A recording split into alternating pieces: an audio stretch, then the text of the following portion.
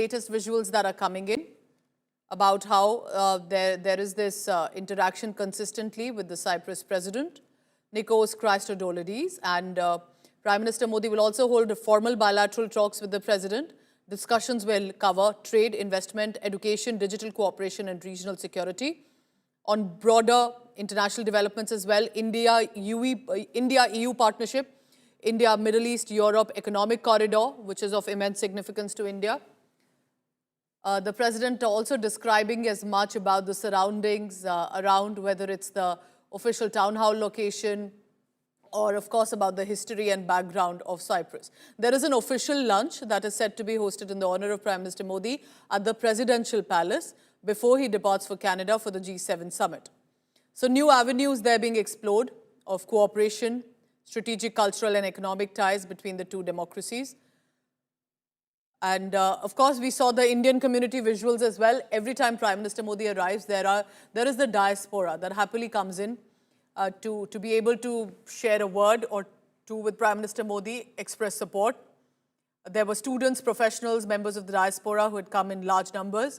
And therefore, again, as Shivani, I bring you in here, this is as much about history, politics, sure, but it's eventually the people-to-people connect that forges that big bridge that sometimes even politicians cannot do. It's the Indian community's contribution to Cyprus or any other nation that makes them a valuable group for any country to consider. Certainly, Pooja, India has always focused on people-to-people bond, the people-to-people connect, and that in terms also enhances the diplomatic ties between nations. And when we are looking at Prime Minister Narendra Modi having that visit where the UN mission and Indian peacekeepers are also deployed is a very important aspect because, you know, in the whole world, India is the biggest contributor to the UN missions, and maximum number of UN peacekeepers go from India to all these countries. So it's very significant in terms of the contributions that India has been making to the world, enhancing the ties diplomatically. And with a country like Cyprus, where Prime Minister Narendra Modi has said that we share a bond that is a very important and a significant bond that not only goes back to history, Pooja, but a lot of possibilities of development, especially when it comes to IMEC development and other aspects also where both the countries are working together diplomatically to build that tie, to build that bond between people of both the nations. So this is an important visit, of course, and the contributions that India has made in all the fields, including the UN mission, is also remarkable. And we can see the impact of this kind of contribution when Prime Minister is visiting this area with the President of Cyprus. Important for the viewer to understand. Remember, apart from the location with the Mediterranean Sea as a Mediterranean country, Cyprus's support to India, especially with regard to on Kashmir against cross-border terrorism by Pakistan, has been a consistent one. And that is why the External Affairs Ministry release has also said how Cyprus remains, or Nicosia specifically to Delhi, has been a dependable friend and ally. So it may not be a massive country like we look at other nations. However, in many ways, geopolitically especially, Cyprus has immensely contributed to India's support. And at this juncture, whether it's partnership, alliance, or trade cooperation, Cyprus will be very important. And then he heads to Canada. Of course, that would be very crucial, G7, and then on way back to Croatia. I find very interesting choice of the countries here, Shivani, isn't it? Certainly, Pooja, the choice of countries is important, starting from Cyprus. That is a country which was not visited by Indian Prime Minister in last 2 decades. That's what we are focusing on. That shows the effort of India building diplomatic ties with all the nations, the ones that are important geopolitically also, and the ones who have supported India. Remember, in terms of Pahalgam attack, a number of countries reached out to India, and Cyprus was one of them. And the Prime Minister started his journey from Cyprus. This is an important journey, an important visit, and especially to convey that message of gratitude also, and in a way a signal to Turkey too, Pooja. So the choice of countries is indeed very important, and now he'll be heading to Canada for the G7 summit. That again is a very important event where all eyes will be on what Prime Minister Modi brings out and says, and after that he will be in the last leg of his visit, he'll be going to Croatia.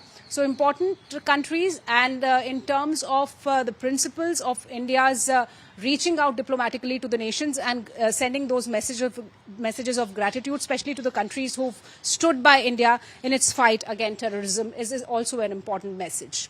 Important point Shivani is making. I want to reiterate to the viewer, when the brutal Pahalgam massacre happened, Cyprus was one of the first countries to condemn the Pahalgam attack and in fact had said that at the European level discussions and deliberations, Cyprus will raise this issue of how cross-border terror is being used to target Indians and specifically when it comes to Kashmir. So that's the kind of support that has been consistent, that has come in from Cyprus, and India truly appreciates it.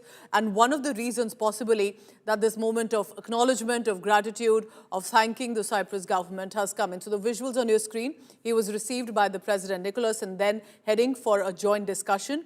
There is an official lunch to be hosted at the presidential palace. It's going to be a brief one-day visit. He then heads to Canada and on way back to India will be visiting Croatia as well. So visuals on your screen there coming in from Nicosia. Shivani, tell me at this juncture how important it is right now to have these vocal alliance partners. We believed we had a few, but we also realized that when the Operation Sindoor and the conflict escalated with Pakistan, many countries did take a certain neutral stand, while some, in fact, vocally supported Pakistan. So at this juncture, the ones who supported us directly, strongly, deserves as much our appreciation and support. Exactly, Pooja. It's very important to value and pay that gratitude to those nations that openly were very vocal against terrorism, against Pakistan after the act of terror that happened in Pahalgam. There were a number of nations that were neutral at that time, Pooja, especially after the Pahalgam attack when Pakistan tried to run with the narrative and bring out numerous false allegations and to portray that it was not involved at all in this attack until India had given out a number of evidences right from the UNSC to the Global Forum outreach program by its leaders. So this is very important to actually acknowledge the countries that were very vocal and that they stood by India. They not only brought out strong messages of condemnation against Pakistan, but also supported India after the Pahalgam attack. So Cyprus happens to be one of those nations. So India is actually working on the diplomatic ties with Cyprus, and the choice of nations that you were saying is also very important. Cyprus, then G7 Canada, and then Croatia. So all these nations are very important to India, and G7 summit, of course, is very important international event where Prime Minister Narendra Modi's address and his meetings will be very important. He's traveling with around 100 officials. So this is, you can understand the kind of meetings that will be taking place, Pooja, in all those nations. So a lot of work is going on to build those ties and to send a message of thanks to those countries that were with India after Pahalgam attack. Absolutely. The countries that understand what kind of terrorism impact is to innocent civilians, those who have faced conflict for far too long. Cyprus has been one of the victims as well, has been in conflict with Turkey for a while. Turkey that supported Pakistan blatantly and how, with regard to military support, political support and more against India, especially when it came to Operation Sindoor. So we'll be tracking all of that and more. Shivani, thank you very much. Let's take a look at what's coming in with regard to the upcoming G7 summit.